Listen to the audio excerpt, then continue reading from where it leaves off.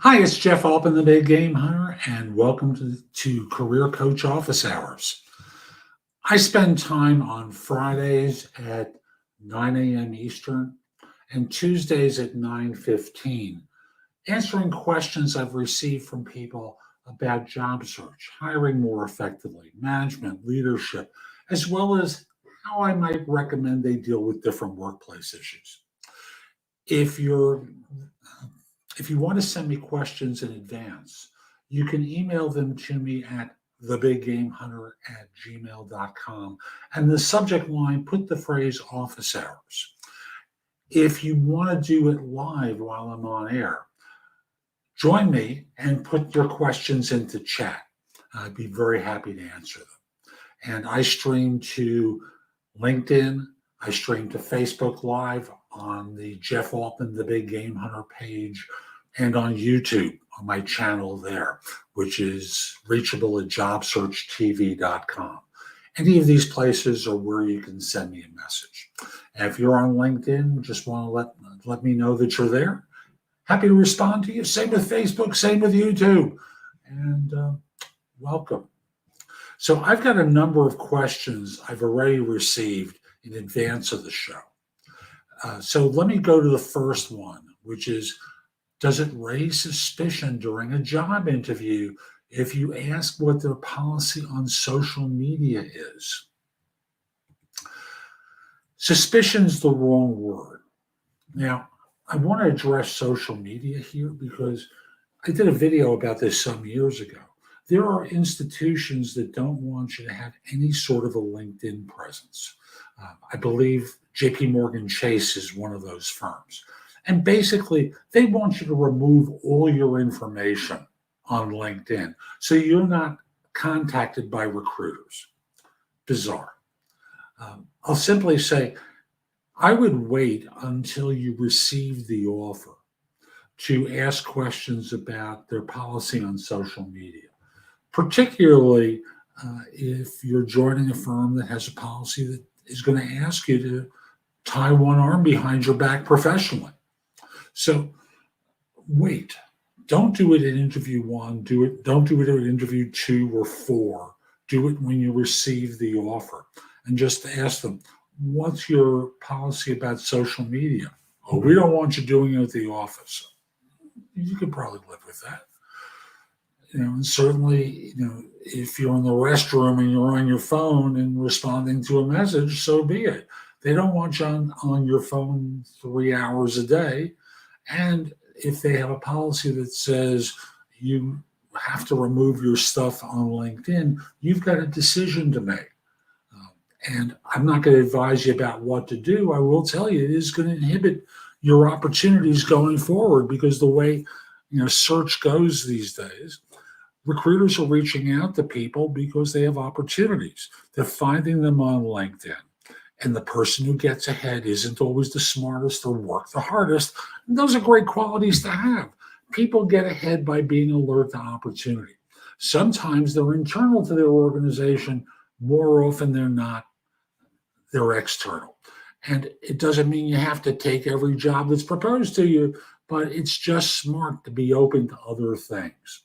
So let's get practical here. Find out after you get the offer.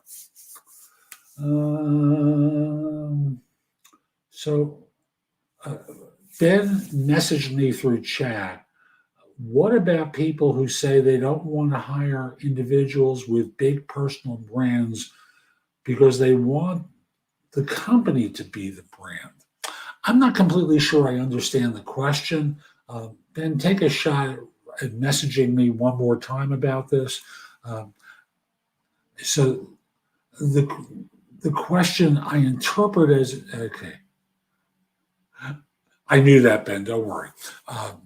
When he originally typed the message, he wrote, what about girls? He didn't mean that. So he was just letting me know that. So it's what about companies who say they don't want to hire people with big brand experience, personal brands, because they want the company to be the brand. So there's a message in that. So if I'll speak about myself. I worked at a search firm for a long time, and I started branding myself as the big game hunter while I was there. It's a great brand. People have contacted me for years because of that brand. I became bigger than the company I worked for.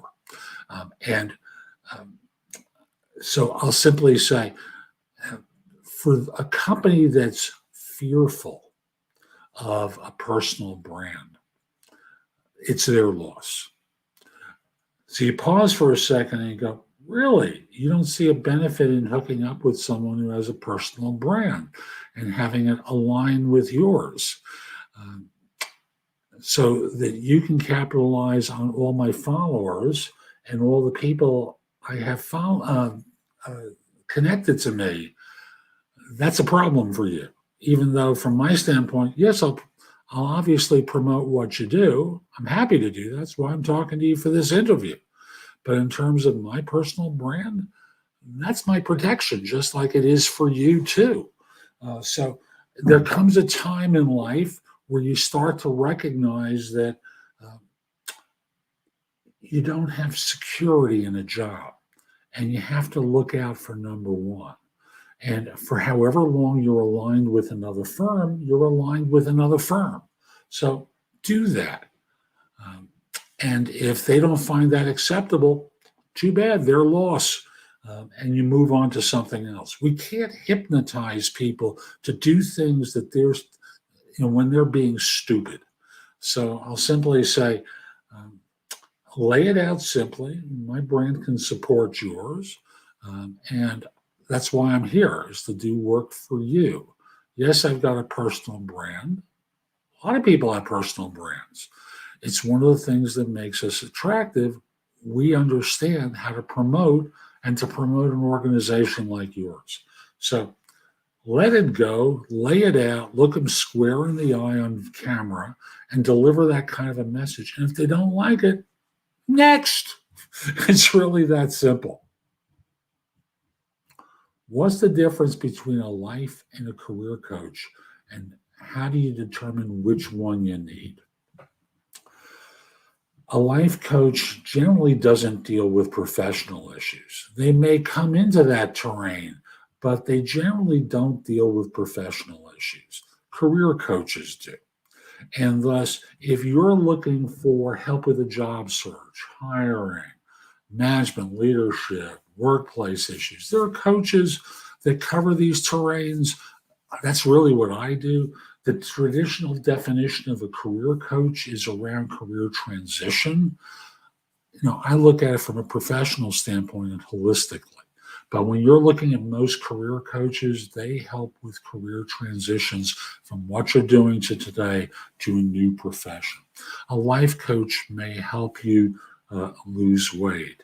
They may help you with health issues. I know there are health coaches, but they are the big picture around life issues, relationship issues, and such. And that tends to be where their focus is. I know for me, in work I've done with small businesses, I describe it as I work with self-employed individuals who have a lunatic for a boss. And thus, I'm dealing with them emotionally, which is about their life and how they bring it into their workplace in ways that are harmful to them. So that's how I approach it. I hope that that answers your question well enough. And again, if you've got a question for me, put it into chat. I'd be happy to respond to it. Is there a way to apply for a job without an email address? Can you fill out the application in person? It's becoming less and less possible to do that. Because the fact of the matter is, in most places, there are security issues where they don't want outsiders in. In addition, most of the people who come to their offices aren't qualified. And then you're filling out an application, and then what do they do with you? Well, they look at the application, shrug their shoulders, say you're not qualified, send you on your way. Most people get annoyed. And thus, find it rude and offensive that no one saw them. It's not about filling out the application. It's about completing the application and getting the interview. Go to a library, Go online, complete the application because that's what they want. In the US, it gets you into their database, their applicant tracking system, so they can track you throughout their process. It does a lot of things for them. And from your standpoint, you may not have a good enough phone to do this. Your computer may be old and slow. Solve the problem. Don't make it their problem. You solve your problem so that in this way you can be compliant with their request. Now, I'll also say that, why are you applying for jobs? Why aren't you networking to get introductions to managers who would want to hire someone like you? That's really the best way to go about it. But that wasn't your question. Your question was more along the lines of, I don't have an email address. What do I do? Can I go in person? I really wouldn't do it. It makes you weird. And weird is not a good quality to have when you're trying to interview with a firm. How do you recruit the best applicant for your company? I hate this question because it suggests that you're going to be fussy, that you're going to be a difficult employer for people to get hired by because you want the best applicant, whatever that means. As though there's are you going to bring in people from Saudi to your company in Japan or in the US who would be the best person in the world for your firm? Of course you're not. So let's start narrowing it down to your market area. So if you're in New York, the best person to be willing to work in Manhattan for your firm. Part of this is how you brand yourself. How do you promote yourself to be a quality employer so that people know who you are and thus want to work for you? They're networking to try to become an employee of your firm. It makes it a lot easier. So the idea becomes, what's your reputation? How do you become magnetic to quality people so that they want to come to work for you? That's really the way to do it. The second way is employee referrals from people who are successful in your organization. They know what you look for. They know what it's like. They probably know people who will be qualified, who may be interested, who may be available. Ask them for recommendations. Give employee referral bonuses. If you hire someone who stays on board for at least 90 days, it's going to be less expensive than agency fees. You can also go to recruiters because they're going to dig in deeper and have a broader reach. But you can see what I'm doing. I'm trying to do this in a way. Number one is a no-cost way. Number one was develop a brand where people want to work for you, and thus they're reaching out to you all the time. Number two is employee referrals. That becomes a way where people who know your organization and like working there are compensated for recommending someone who they'd want to work for, who you hire. And you pay them less than number three, search firms, recruiters who will be out there. I'm talking about contingency here. Contingency recruiters will be reaching out to lots of people in order to find someone who you want to hire. Those are the three primary ways. There are more, but those are the three primary ways that you can find people for your organization. Next question. Oh, this is such a fun question. What's the best leadership lesson to learn from the Game of Thrones? People sometimes have too much time on their hands. So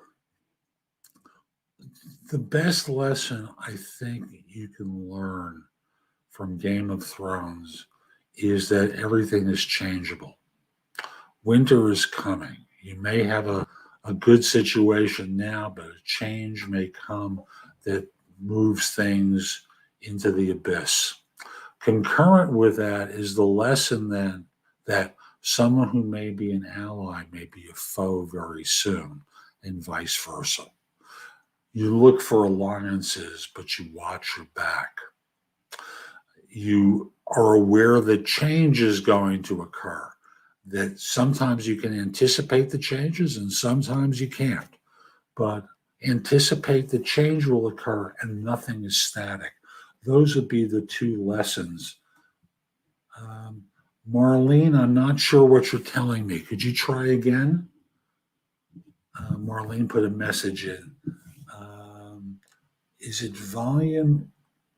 There's a problem on YouTube with volume. I'm sorry. Let me just try and turn it up on my microphone. That's the gain. Let me try the volume on this side. I hope that works. Marlene, thank you for bringing it to my attention. So those are the two lessons I would focus on from Game of Thrones. And let's see what the next question is. Oops, sorry, clicked the wrong option there. Why is pay such a taboo thing to discuss in an interview or even among coworkers? I'll speak from my own experience. I did search for a long time, so like 40 years plus. And let me deal with coworkers first here. With coworkers, the issue is it fosters resentment. So employers don't really want you to talk with your colleagues about it because, I'll give an example from the search firm I worked in. I joined at the highest percentage cut of anyone in the firm, and thus I was paid more than people who've been with the owner for 10, 15 years. At times, they really resented it and did things to shoot me down and not help me close placements and things like that. They were babies. And some organizations will have employees where they won't recognize the difference in experience and talent. They're just going to be hurt and resentful and act out. In the interview process, there's a different scenario. Now, we're dealing with companies here in locations where it is still legal to ask about compensation. Actually, it doesn't really matter. Let me deal with it this way. When you bring up what you're currently earning, it's normally asked during a screening round where no one is really equipped to evaluate you yet. They haven't found out about your knowledge, experience. They've read a resume. You're just a person sitting opposite them or talking to them on the phone, and they don't know what you're capable of. So it becomes an easy way to screen you out. You are asking for more than what the budget is. And the person there is a screener who is only being paid to reject. They're not being paid to actually hire.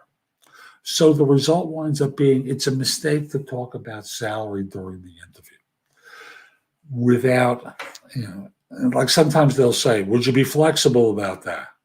Yeah, I can say that now, but understand, I really don't know enough about the job to really commit to that.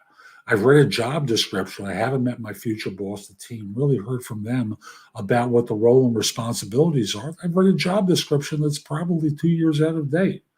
So I can say yes now, but after I talk to people, I may come back and say, no, I'm not flexible. If anything, I need more for this job. And we'll just leave it at that, okay? So the reason you don't talk about money is it becomes a screening out criteria. And in terms of in states where it is not legal, or cities where it is not legal, the reason is it's adversely affected women primarily, who are not, many of whom don't negotiate well. And I'm working with government and women's group statistics. I've had experience with women who've been great negotiators, but this is the logic system behind it. Women are adversely impacted. People in general don't know what the salary range is for the job. Companies establish these policies where they'll pay you X number of dollars above what you're making now. And if you lie, they find out about it when they send the background verification form to your current employer post-employment, and when they find out that you filled out the application or spoke to them and told them a lie, it's grounds for termination, and they terminate. And they do it because insurance wants them to do that. After all, if you're in a situation where, I'll use one from years ago, with hiring stockbrokers, and this person has lied, the broker candidate has lied, and now they embezzle money from grandma's life savings. What's the result? Well, grandma's out a lot of money. Grandma sues, the lawyer gets the records of the hire and discovers you knew he was a liar, you knew she was a liar, and you hired them anyway. They were a fraud. And thus you wind up in a situation, the firm winds up in a situation where they're not covered on insurance. They don't want to put up with that. So, the long and the short of it is, it's a taboo subject because it causes companies to be fearful. And they don't want to have a situation where there are problems. And in interpersonal situations with coworkers, there's a different dynamic where resentment plays out. What advice would you give someone going into a leadership position for the first time? And then I got a question a little bit later. How do leaders manage to get their teams to follow them? I'm going to pull those two together because I think they're pretty nicely linked. So number one is, as a leader, you're not really a manager. You think of yourself as the captain of the boat, and you've got a crew. The managers are there to deliver. You set out the vision. And in doing so, you enroll people to support you. You hire people to support you. Got the comparison there? Your job is to lead, and you lead through inspiration. Managing is getting people to do what you want. It's about the delivery on the tasks. Leadership involves being the person who holds the vision, who steers the vessel in the ocean, who's looking out at the horizon and wants to point the direction for the ship. The manager is the one who runs the engine room, who's doing a lot of the mechanistic things. Now, the second question is, how do leaders manage to get their teams to follow them? They want to follow you. You enroll them in the plan. You get their buy-in. You can force them to do things, but you won't get their heart. Ideally, the goal is to get their heart, so that in this way they want to do things and they're not being forced to do things. The idea very simply is, when you think about the role of leadership, there's a number of things, and I want to quote, give Lance Secretan credit for this, Lance, Secretan spelled secret with an A-N. He's got a lot of videos on YouTube, has a lot of books out, and he talked about what he calls the castle principles. To be a leader, you have to demonstrate courage, because sometimes you have to do things that are unpopular. You have to be authentic. You have to be in service to others. You have to be truthful. If you've ever had a manager lie to you like I have, they lost me at the point they started lying to me. You got to love your people. Open your heart to them, so that in this way they know that you care. And ultimately, you and they have to be effective. No effectiveness, upper management has a problem. Now, tying in with the Game of Thrones question, you also have to be aware that your people have an agenda. And sometimes not everyone you hire is going to have your back. And if anything, some of them are going to want to take you out. Winter is coming, if you remember that comparison. So the long and the short of it is, you have to be in a situation where you're leading in an inspiring way so that people want to follow you. And they're not just doing things out of obligation. They're doing it because it's the right thing to do. They care about you. They care about the mission. It's all good stuff.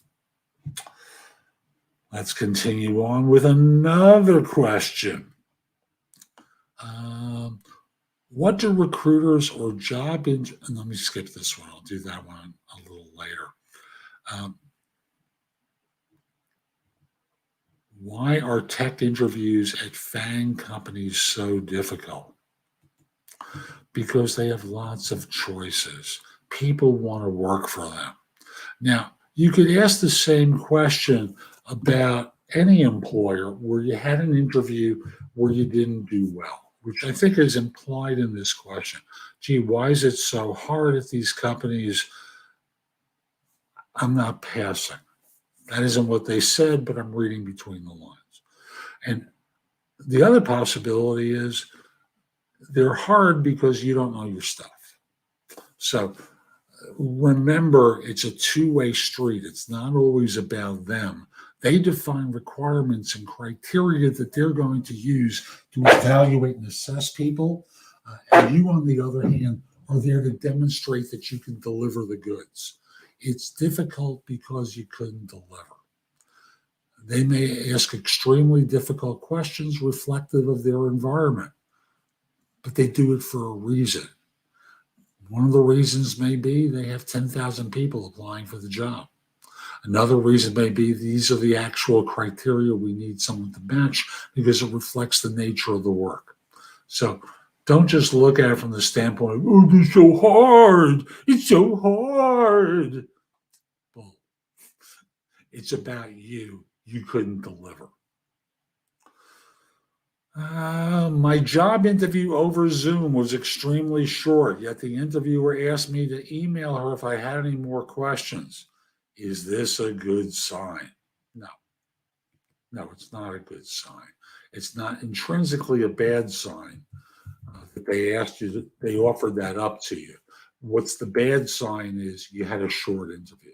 They figured out pretty quickly that you didn't do well and that you were a waste of time. So they got rid of you.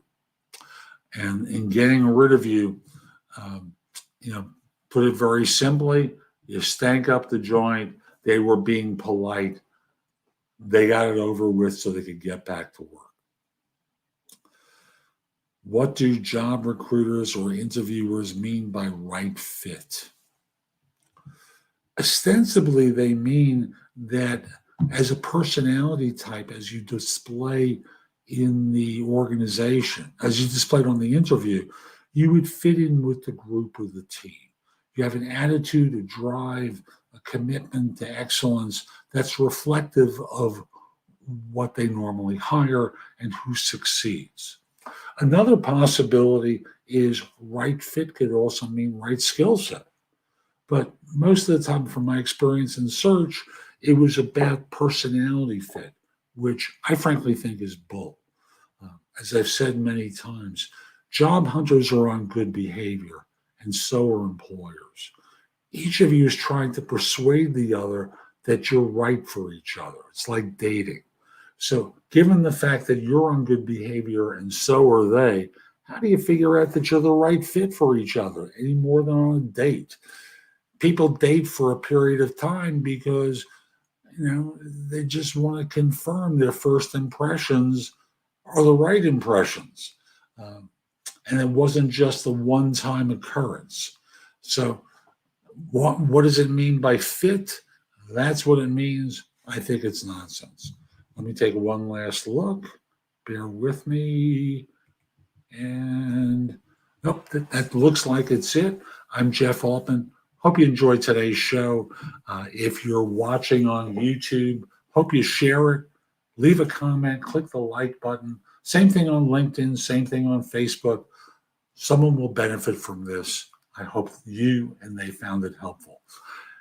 Also, visit my website, thebiggamehunter.us. You can schedule time for a free discovery call or schedule time for coaching.